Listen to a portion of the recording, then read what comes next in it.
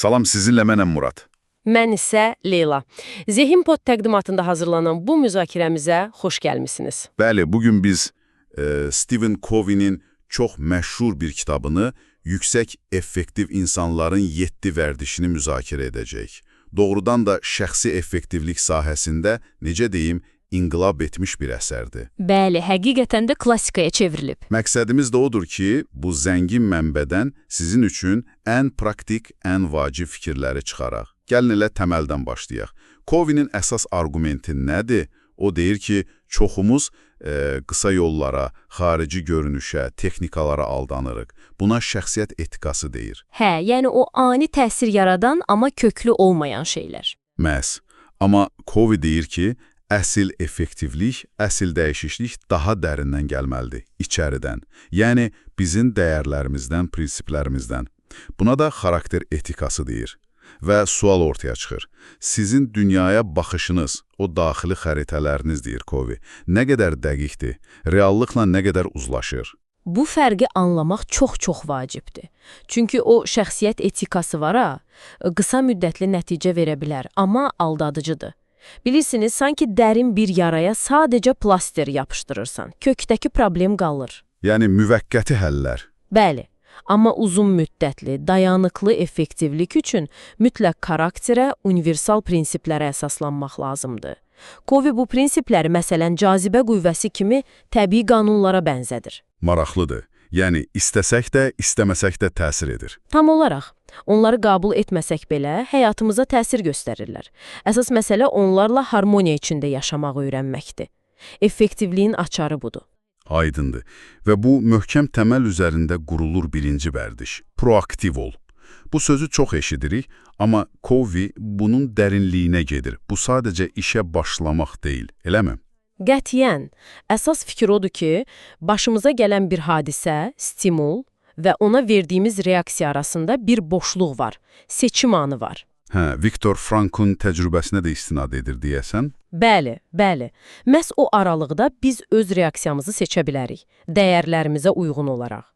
Reaktiv insanlar şəraitin qurbanı kimi davranır, amma proaktiv insan bilir ki, seçimi var. Və diqqətini hara yönəldir? Dəyişdirə biləcəyi şeylərə.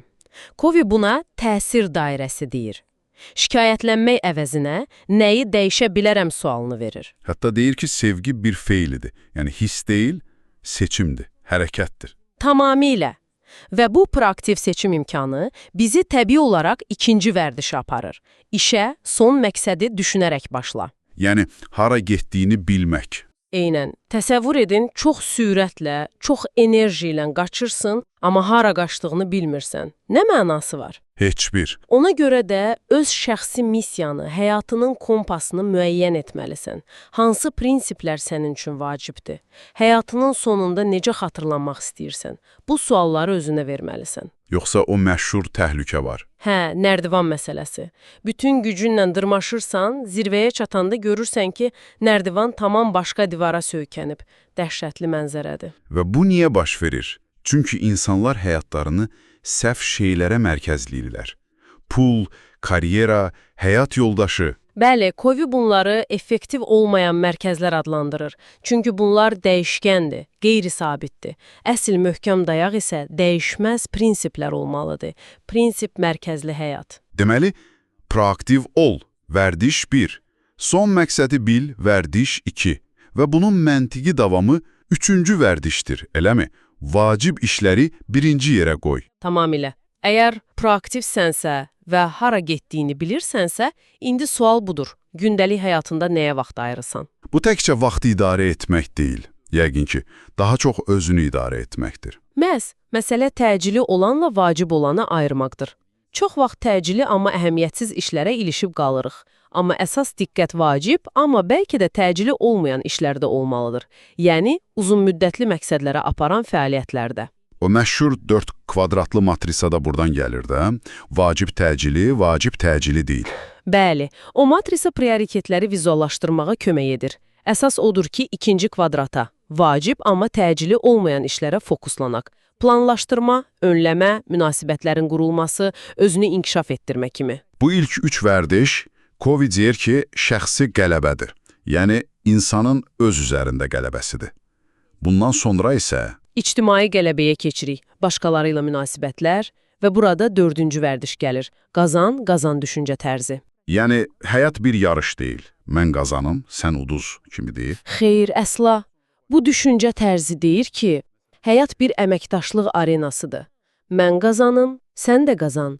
Hər kəsə çatacaq qədər çox şey var. Buna bolluq təfəkkürü deyir. Çox pozitiv yanaşmadır. Amma həmişə mümkün olurmu? Covid etiraf edir ki, hər vəziyyətdə qazan-qazan mümkün olmaya bilər. Amma əsas odur ki, biz həmişə ilk növbədə bu həlli axtaraq. Çünki uzun müddətli, sağlam münasibətlər yalnız qarşılıqlı hörmət və fayda üzərində qurula bilər. Başqasının uduzması hesabına qazanılan qələbə əslində çox kövrəkdir. Anladım. Və insanlarla bu qazan-qazan münasibətini qurmaq üçün yəqin ki, ünsiyyət bacarıqları çox vacibdir. Bu da bizi 5-ci vərdişə gətirir. Əvvəlcə anlamağa çalış, sonra anlaşılmağa. Bu, məncə, ən çətinlərindən biridir. Çox haqlısınız. Çox vaxt biz dinləyirik, amma əslində nə üçün? Cavab vermək üçün, öz arqumentimizi hazırlamaq üçün, ya da məsləhət verməyə tələsirik, öz təcrübəmizi ortaya qoyuruq. Covey buna avtobioqrafik cavablar deyir. Qiymətləndirmə, sorğulama, məsləhət, şərh. Tanış gəlir. Bəs nə etməliyik? Əvvəlcə qarşımızdakını həqiqətən dərindən anlamağa çalışmalıyıq. Empatik dinləmə deyir buna. Özümüzü onun yerinə qoyub, onun hisslərini, baxış bucağına anlamağa çalışmaq. Bu, ona psixoloji hava vermək kimidir. İnsanların nəfəs almağa ehtiyacı olduğu kimi, anlaşılmağa da ehtiyacı var. Ancaq tam anladıqdan sonra öz mövqeyimizi bildirməliyik. Bəli, çünki əgər qarşı tərəf anlaşıldığını hiss etmirsə, sizin dediklərinizə də qapalı olacaq çox güman ki. Çox məntiqli. Deməli, qazan-qazan, vərdiş 4 və anlamağa çalışmaq, vərdiş 5, bir yerdə olanda 6-cı vərdiş üçün şərait yaranır. Sinerji yarat. sinerji, yəni birlikdə daha çox şeyə nail olmaq. Hə, amma sadəcə komanda işi deyil. Bu, fərqlilikləri dəyərləndirməkdir. 1+1-in 2 yox, 3, 5, hətta 10 olmasıdır. Fərqli fikirlər, fərqli təcrübələr toqquşanda, amma tərəflər bir-birini anlamağa çalışırsa, vərdiş 5, və ortaq məqsəd qazan-qazandırsa, Onda ortaya yeni, daha kreativ, heç kimin tək başına ağlına gəlməyəcək həllər çıxa bilər. Eləmi? tamamilə doğru. Fərqlilik problem deyil, gücdür. Əgər ona düzgün yanaşsan. Və bütün bu 6 vərdişi həyatımıza tətbiq etdik. Bəs sonra iş bitdimi? Əsla. Covey'nin 7-ci vərdişi məhz bunun üçündür. Baltanı itilərə. Baltanı itiləmək, bu nə deməkdir? Bu, özünü davamlı olaraq yeniləmək deməkdir. Təsəvvür edin, bir meşəçi küt balta ilə ağac kəsməyə çalışır. Yorulur, əziyyət çəkir, amma səməri aşağıdır. Kimsə ona deyir ki, biraz dayanıb baltanı itilə, daha sürətli işləyəcəksən. O isə cavab verir ki, vaxtım yoxdur, çox məşğulam. Gülməli səslənir, amma çoxumuz beləyik, hə? Özümüzə vaxt ayırmağa vaxt tapmırıq. Bəli, amma özümüzə investisiya etmədən, enerjimizi, bacarıqlarımızı yeniləmədən yüksək effektivliyi necə qoruya bilərik ki? Covey 4 əsas sahədə özümüzü yeniləməyi tövsiyə edir. Fiziki. Sağlamlıq, idman, qidalanma. Bəli. Sonra zehni. Oxumaq, öyrənmək, düşünmək. Mənəvi. Dəyərlərimizlə əlaqə qurmaq, məna axtarışı, təbiətlə ünsiyyət, Və sosial-emosional. münasibətlərimizi qidalandırmaq, başqalarına xidmət etmək, vərdiş 4-5-6-nı tətbiq etmək. Aynən. Bu 4 sahədə balanslı şəkildə özünü yeniləmək, baltanı itiləmək, digər bütün vərdişləri həyata keçirməyi mümkün edən təməldir. Bu davamlı bir prosesdir. Covey bunu gündəlik şəxsi qələbə adlandırır. Hər gün özünü inkişaf etdirmək üçün atılan kiçik addımlar. Çox əhatəli bir sistemdir həqiqətən. Deməli, ümumiləşdirsək, əsas mesaj nədir? Əsl, köklü, davamlı effektivlik və bu bir gecədə olmur, şuurlu seçimlər tələb edir, davamlı səy tələb edir. Bütün 7 vərdiş üzrə. Bəli, içəridən xaricə doğru bir böyümə, bir inkişaf yoxdur. Çox dəyərli fikirlərdir. Və sonda dinləyicilərimiz üçün bir düşüncə toxumu əkək. Covey universal prinsiplərdən danışır. Bu çox gözəldir. Amma ətrafımızda o qədər səsküy, o qədər təzyiq, Cəmiyyətin bizə yazdığı o qədər hazır ssenarilər var ki. Hə, doğru. Bəs siz, əziz dinləyici, bütün bunların arasında şəxsən sizin üçün ən fundamental olan, güzəştə getməyəcəyiniz prinsipləri necə müəyyən edirsiniz?